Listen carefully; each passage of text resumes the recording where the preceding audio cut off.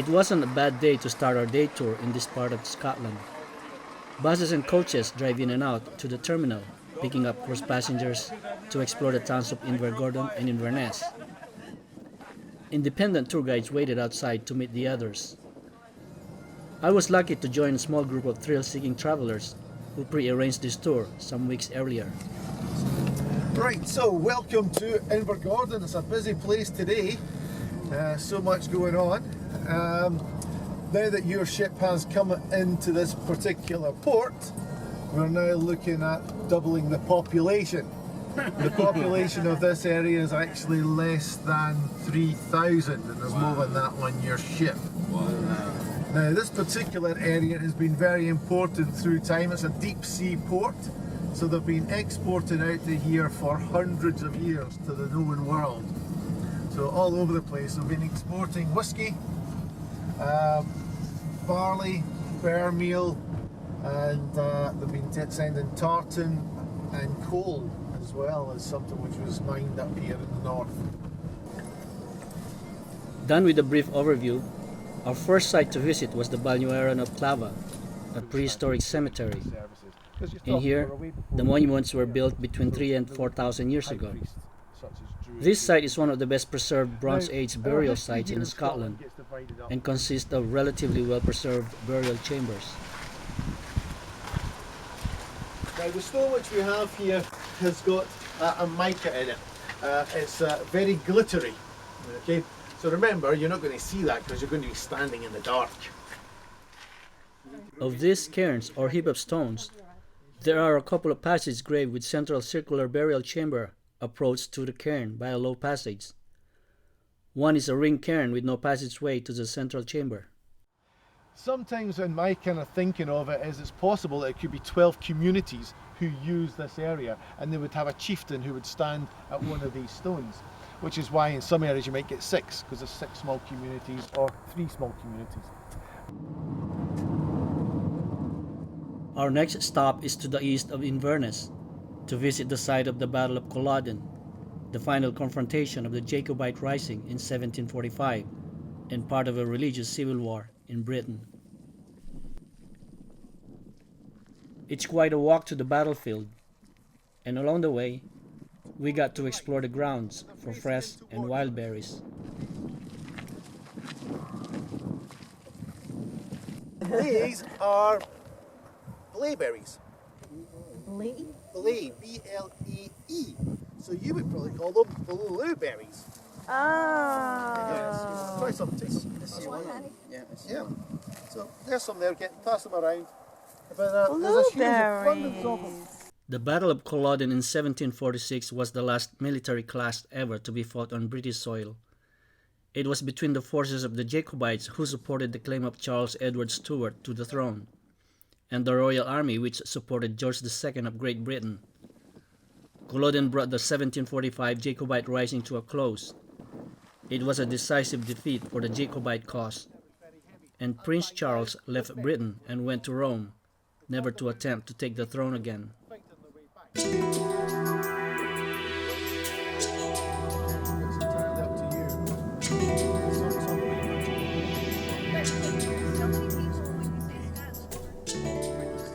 Leaving the Culloden Battlefield, we passed through the town of Inverness and took the scenic view route along the River Ness.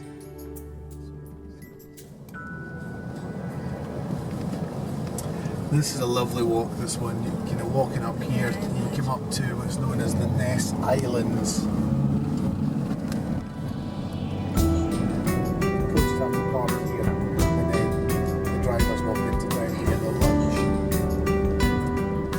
Now this is the Ness Islands just in our left-hand side, and on our right here we've got the showground basically. We have our Highland Games and Shinty on the fields here. Soon, we were heading for the Loch Ness, where a legendary monster was said to have been seen many years ago. Maybe we'll get lucky to see it again. And this is where you're catching your first glimpse of Loch Ness. Now Loch Ness is the largest body of fresh water in the United Kingdom. If you take all of the water and all of the lakes in England and in Wales and you put them together, there is still more water in this one loch alone than there are in all the rest combined. The loch is 22 miles long, it's a mile wide at its widest point, and it's 800 feet deep at its deepest point.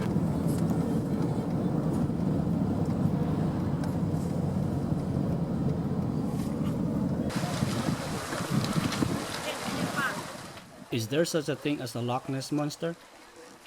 No one knows for sure. Our guide took us here for a look and have a closer view of the lake, but not expecting any kind of monster to suddenly show up. It was a great day for a few minutes of stopover. Walk over the pebbles and stones along the shore, see the panoramic view of the lake, and of course, a chance for some photo ops.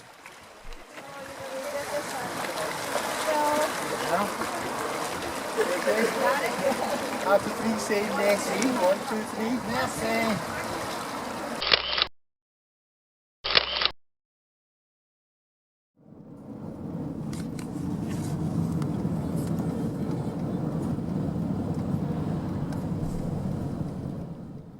After the visit to the Loch Ness, we headed for the countryside for our tour's next site, the Glen Ord Distillery. This time, we passed through the small town of Bewley. You don't see very many tourists. Just coming up on our right hand side here, you'll see a little shop here which is Campbell & Co, this one here. And this is where the Queen Mother used to get her tweeds from for her estate in the north of Scotland. I think it's better that we do crack on if we want to get some quality. A few small shops later, we arrived at the Glen Ord Distillery. Smell it already. Yeah, it does smell good. Yeah. Look at it, quite grubby, isn't it? Yeah. And I'm sure you've probably seen photographs of other distilleries where they're all beautiful white walls. This is the way a distillery should look. Oh, Okay, with that blackness on the walls. And look at this tree beside us. Look at the blackness on the tree. This is actually a fungus which grows on the outside of these buildings. It's because of the Okay, guys. Once inside and through the visitor center, we lined up to pay for a taste of whiskey on our way out. Oh, it's one taste for £3? Okay, that'll do that. But first, we took a little tour of the museum on our own. The museum showcased some of the tools used to operate the distillery and make whiskey. Founded in 1838, Glen Ord is a whiskey distillery in the Scottish Highlands, and it offers public tours throughout the year. One which has just gone through a heat process. Yeah. The heat process kills it. Okay, it stops it from producing any more. Doesn't smell anything. Can you smell it? Just a little. Oh, smoky! Peat, right? Yeah. Wow, that is smoky. Oh, yeah. So you smell the difference of it. So that's how they'll get that smoky flavour into the whiskey by the actual malting process. You like that? And they use different things to malt. So some might use seaweed, some might use wood smells smoke, good, doesn't it? some My wife not my wife is paid for 8, and I'm also 1. I don't know how. And in the end, we had our tasting moment of the Glen Ord's Scottish whiskey. Yeah, go for it. Stopping you. You can't let me drink all three of them. That's okay. No, it's okay. Yeah, okay. It tastes like whiskey. You do? That's good.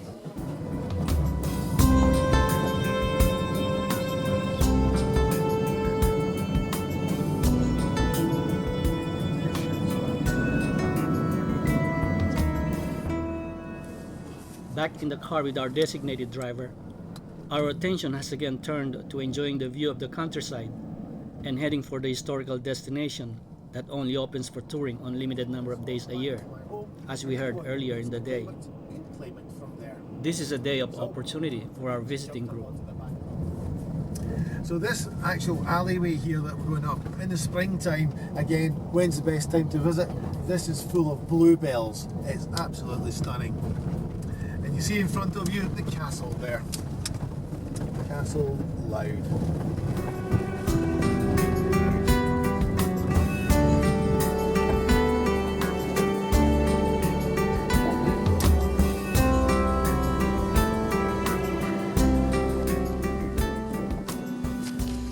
the grounds of the castle is a dying Spanish chestnut tree, said to have been planted in 1500s to mark the acquisition of Castle Loud by Mary, Queen of Scots. Looking from the outside, the castle looks amazing. Believed to have been built from before the 12th century, the castle had undergone changes and renovations over the next generations. It now remains the home of the Earl of Cromarty. We were not allowed to take pictures inside, but what we saw were rooms decorated with many portraits from the past centuries, and antique furnishings and maps.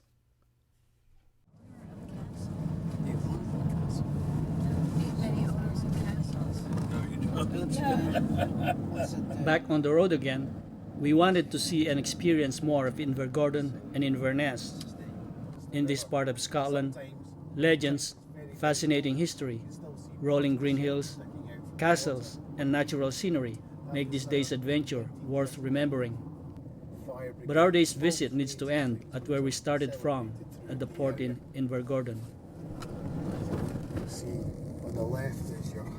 Arriving in town, I had an opportunity to meet a guide from another tour group, showing off his costume props. Entirely from used horseshoe nails. Oh. Amazing. Recycled way back then, eh? Yeah, and every one unique. It's beautiful, isn't it, Jamie? Made in the town of Doon, Okay. which is where the castle that they filmed Castle Lear. So how much is that worth, that sword?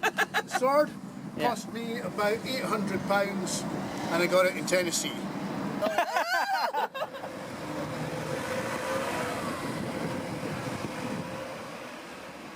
And afterwards, a few minutes of walk through in town before getting in line for embarkation and back on the ship.